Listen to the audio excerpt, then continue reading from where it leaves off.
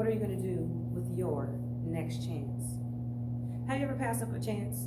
Have you ever wished that you did something? I know that you have, because everybody is like, man, I wish I would have went to that event.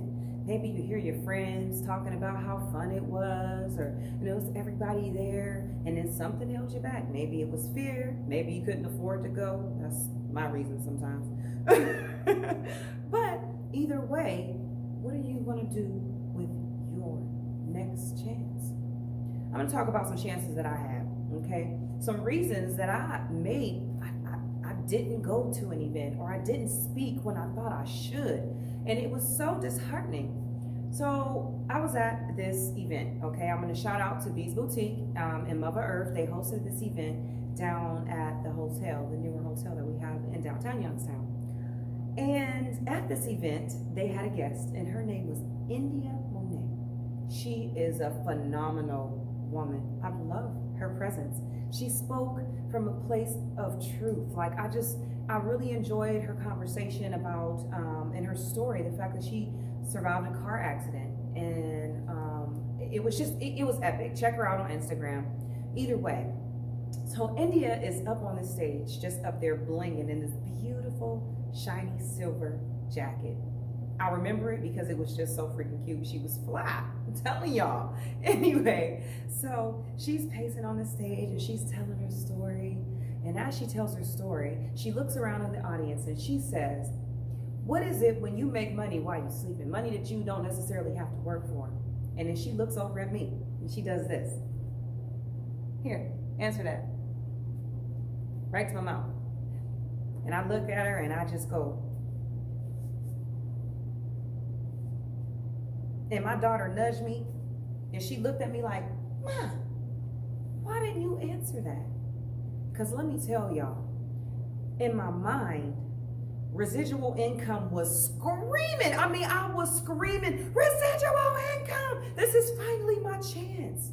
I feel like my chance has been masked. My chance, my opportunity to express my expertise, my opportunity to provide my voice to people, my opportunity to speak.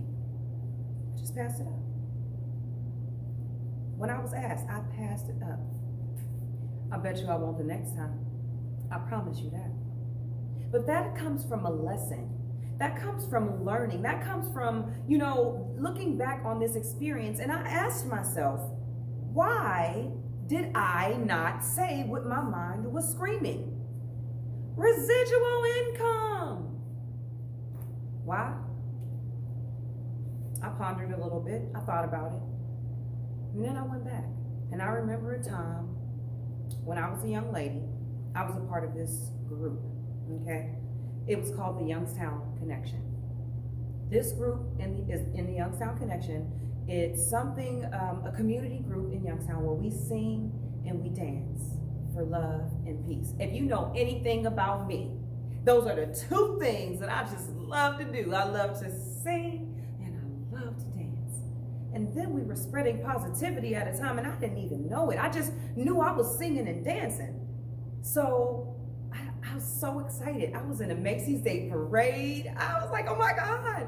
I was Thanksgiving and all of my family watching me on TV. And my uncle goes, oh, we ain't gonna see her and all those kids. So he turns around.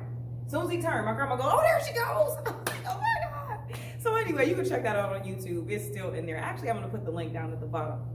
But anyway, it's 1997 Macy's Day Parade. Anywho, so we get another opportunity. So the Youngstown Connection is invited to Cleveland to go and see John Jacobson. Now, I don't know, if you know something about America Sings, then you know John Jacobson. I was like, I love John Jacobson. He just always had that energy. America Sings. I just love it.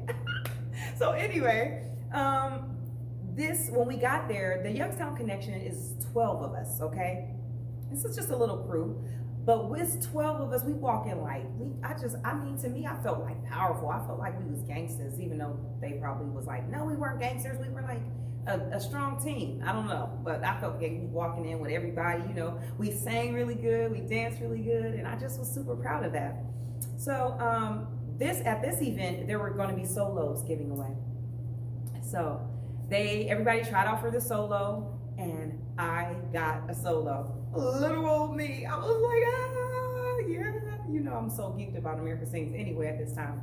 So John talks to both of the soloists, because 2 people were on it, me being one of them. And he says to us, he bends down, I'll never forget because I was a little shorter. He says, so listen guys, what I want you to do is, I want you to come in. I'm gonna have you, what's your name again? Rayshone, I say? I can't remember the other guy's name. We'll call him Chris. So he says, Rayshone, so I want you to come in on the left-hand side of the stage and then sing your solo, and then I want you to exit off. And then Chris, I want you to come in on your side of the stage, on the right-hand side of the stage, and I want you to exit off, okay? And I said, oh, okay. He said, now listen, this is important. At the end, I want everybody on the stage. This is a big celebratory moment. So at the end, when we begin the final America Sings moment, and you'll know because there'll be chairs out there and people will be sitting in them, you come out and sing that last moment with us. You got it? Good. I say, yes, sir, got it. So we get up there. My part comes. America sings with the mighty Mississippi. America, here's the children go. Loved it. Okay? Go off the stage, finish my part. Yes, I'm done. I'm like, whew, because I was scared. I'm telling y'all, it was thousands of kids out there, and now like me, you know. So the last song comes on, and I go out just like he says, and I'm singing America Sings, and I'm waving my hands in the sky, and I'm so excited. And then there's little kids, they come up around me, and so I get to swing in their hands, and I just tell you, at that moment, there was nothing else that made me happier. I felt complete. I was like on a stage, I had just got a solo. I was up there with these John Jacobson and people. It was just so exciting. So I'm leaving off the stage, and of course, ear to ear, just like now, right? Just like now, ear to ear. I'm leaving off the stage, and I'm walking towards my 12 people plus my director. But when I look at their faces, they don't reflect a smile. My heart starts to race because I'm thinking, what's going on? What happened, guys? So they're like, you? And I'm like, wait a minute, what? Okay, so what's going on? And I walk to the director and I look at her, and because everybody else, these people, 12 students, let me tell y'all, there was 12 people that we spent hours together. We went to school together. Some of us, a lot of us went to school together. A lot of us, we practiced hours and hours together. We sang together. We were like a family. We traveled together. And nobody would look me in my eye and tell me what was wrong. So I looked at my teacher and I said, what did I do? She looked at me and she said, you know what you did. And I stopped and I'm like, but I don't. What did I do? And so we're walking out, and I mean, for the life of me, guys, my knees buckled. I'm on the stairs. I remember we came down some stairs, and then I just made her more angry. She was just embarrassed that I was so devastated, but I'm like, you couldn't even wait till we got home to tell me I was crushed. We were in Cleveland, and y'all know it takes an hour and at least 20 minutes to get home. I cried, curled up in the back of that van the entire way home. I had no clue why. She told me I did something wrong. You know, and at the end of that story, it ended just like that. I asked her what I did. My parents brought me the next day. They asked her what I did. I asked my friends what I did. Nobody really had no explanation. Nobody ever told me what I did. No explanation. And I really, at that moment when India Monet put that mic in my mouth, right there at my face, and asked me that question, I felt like that girl who sang a solo and got it wrong. What are you going to do with your chance? I'm not that little girl who sang that solo no more. I am an expert in my field. And I love what I do. So when you get your chance, remember to love what you do. Don't let those previous things, not even the things that you don't know, say it even if you get it wrong. The greatest people fail. How do you think Michael Jordan feel when he missed that shot? Well, he missed a shot, right? Everybody knows. I don't know the whole story. How do you think he felt? How do you think Mr. Bill Clinton, how you think he felt when him and Monica Lewinsky had their little run into? You know what I mean?